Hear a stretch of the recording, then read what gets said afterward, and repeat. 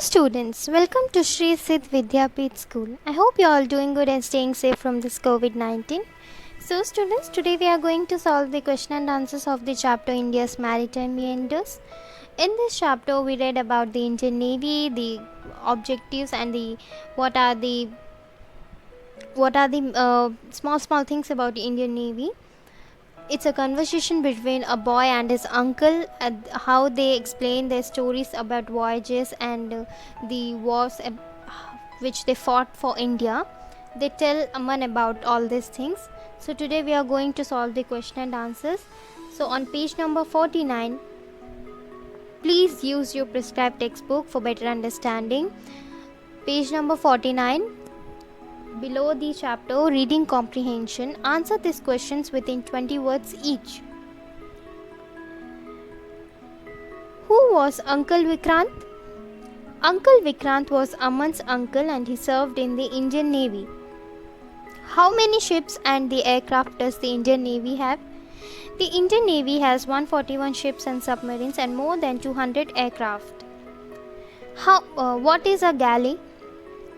A galley is a small kitchen in a warship or a submarine. What aircraft do pilots in the Navy fly? The pilots in the Navy fly a range of aircraft from fighter planes such as MiG-29K to large Boeings to helicopters.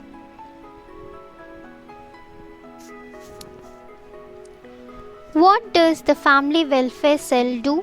The Family Welfare Cell, which is manned 24/7, looks after the welfare of the families of the people who are employed by the Navy. Move on to next one.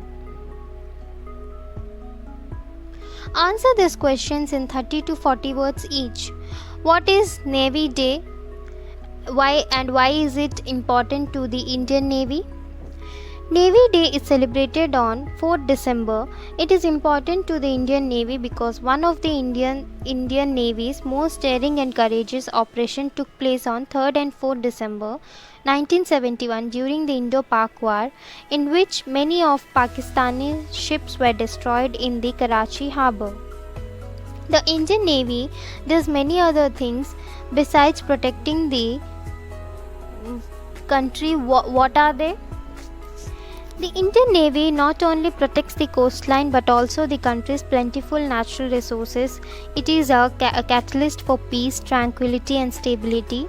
It provides succor to smaller nations when these nations are in need of humanitarian assistance and relief from the natural calamities such as tsunamis, floods, cyclones.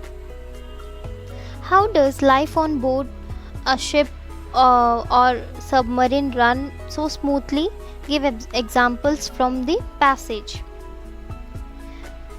The ship or submarine is commanded by the commanding officer (CO), who is assisted by the executive officer heading the executive department. The other heads of department ensure the efficient functioning of their respective departments. The engineering officer, the electric officer, the logistic officers all take care of various needs on the ship. Why do you think administration should be efficient on a ship? Administration should be efficient on a ship because life at sea is challenging and quick decisions have to be taken. Every individual is entrusted with a specific role for which he or she has been specially trained. Some officers in the ship would be proficient navigators while others may be experts in the use of weapons such as missiles, guns and torpedoes. Move on to next one. Answer these questions in 80 to 100 words each.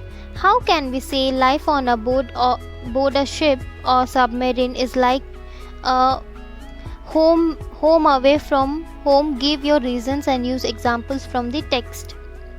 Life on board a ship is like a home away from home, as the administration on the ship is efficient and takes care of its inmates. There are different departments which are assigned different responsibilities. The engineer officers maintains the ship and the electric officer maintains the capability to generate and distribute electricity on board and looks after the weapons and sensors.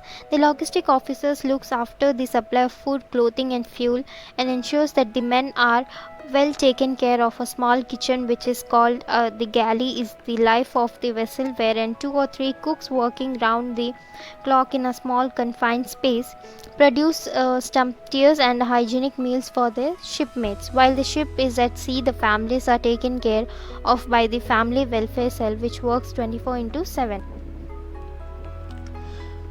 Why do you think President Roosevelt said a good navy is not a provocation to war? It is a surest guarantee of peace. Give reasons for your answer. A good navy is not a provocation for war but the surest guarantee of peace.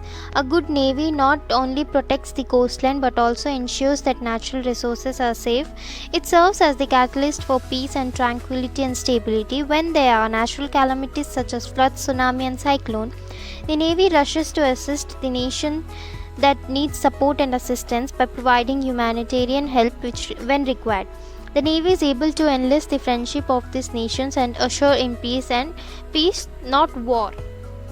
Move on to next one. Read these sentences and answer the question that follow. I would like to be a pilot in the navy. I think it would be dangerous but rewarding. Who said these words? Aman said these words. Why do you think it would be dangerous? It would be dangerous because life at sea is full of challenges which have to be overcome, and the pilots who operate fighter planes and helicopters are calm to rough seas by day or night, expose themselves to danger most of the time. Why would it be rewarding? It would be rewarding because he would get to fly a range of fighter planes such as MiG-29K to large Boeings to helicopters. Are you having second thought about joining the navy? Who said this to who? Uncle Vikrant said this to Aman. What does it mean to have second thoughts? To have second thoughts means to think over one's decision, perhaps to change it. Why might the listener be having second thoughts? The listener might be having second thoughts because he wanted to know if he would have to spend most of his time at sea, which he was not enthusiastic about. So students, here are the question and answers of the chapter Indians Maritime Meanders. I hope you will fairly note it in your class note copy. Read it, learn it by heart. If you have any doubts regarding this chapter, you can ask me. I am going to clear it out in the next video.